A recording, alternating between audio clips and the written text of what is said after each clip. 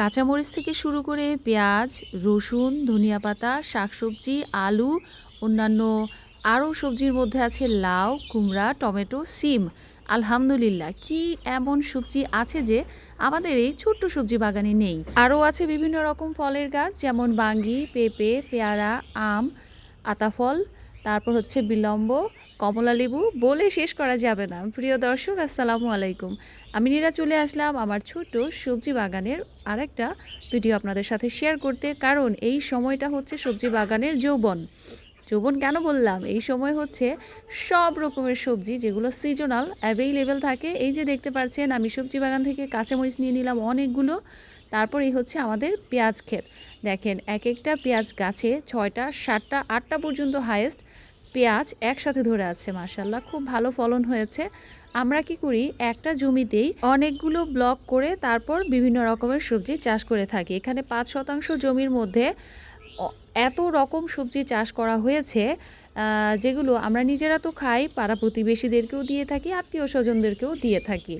এখন পেঁয়াজ তোলার পর পাশে ছোট ব্লকে আলু তোলা হচ্ছে। কিছুদিন আগে আমি বড় আলু তোলা ভিডিও শেয়ার করেছিলাম আপনাদের সাথে। আজকে ছোট লাল আলুগুলো তোলা হচ্ছে এক একটা গাছের গোড়ায়। এত সুন্দর আর এত করে আলু এসেছে। আর এই যে এই গাছটা, উম্মে কুলসুম পপিয়াপুর ভিডিওতে আমি দেখেছিলাম এই গাছেরও নাকি বেশ উপকারিতা আছে এই ফলগুলোর। এটার সঠিক নামটা আমার এখন মনে পড়ছে না, কিন্তু অনেকগুলো হয়ে আছে এদিকে। এই যে বেলুনগুলোর ভেতরে ছোট ছোট সবুজ গোল গোল কি যেন একটা থাকে, ওইটা আবার লাল হয়ে গেলে যখন পেকে যায় তখন নাকি খাওয়া যায়। বাতাসে যখন সোনালি রোদে বিকেলের গাছগুলো দুলছিল, দেখতে এত ভালো লাগলো, ভাবলাম যে একটু ভিডিও করে আপনাদের সাথে শেয়ার করি। কেউ যদি এই জিনিসটার নাম জেনে থাকেন, প্লিজ কমেন্ট করে আমাকে জানাবেন। চলেন এখন আবার আমরা চলে যাই আলু খেতে। এই যে এক একটা গাছের গোড়ায় দেখেন আঙুর ফলের থোকার মতো ধরে আছে লাল আলুগুলো। আর এই ছোট্ট লাল আলুগুলো দিয়ে কিন্তু যে কোনো তরকারি, শুটকি তরকারি থেকে শুরু করে মাছের তরকারি, মাংস, কবুতরের মাংস, মুরগির মাংস, যে কোনো তরকারি রান্না করলেই খুবই টেস্টি হয়।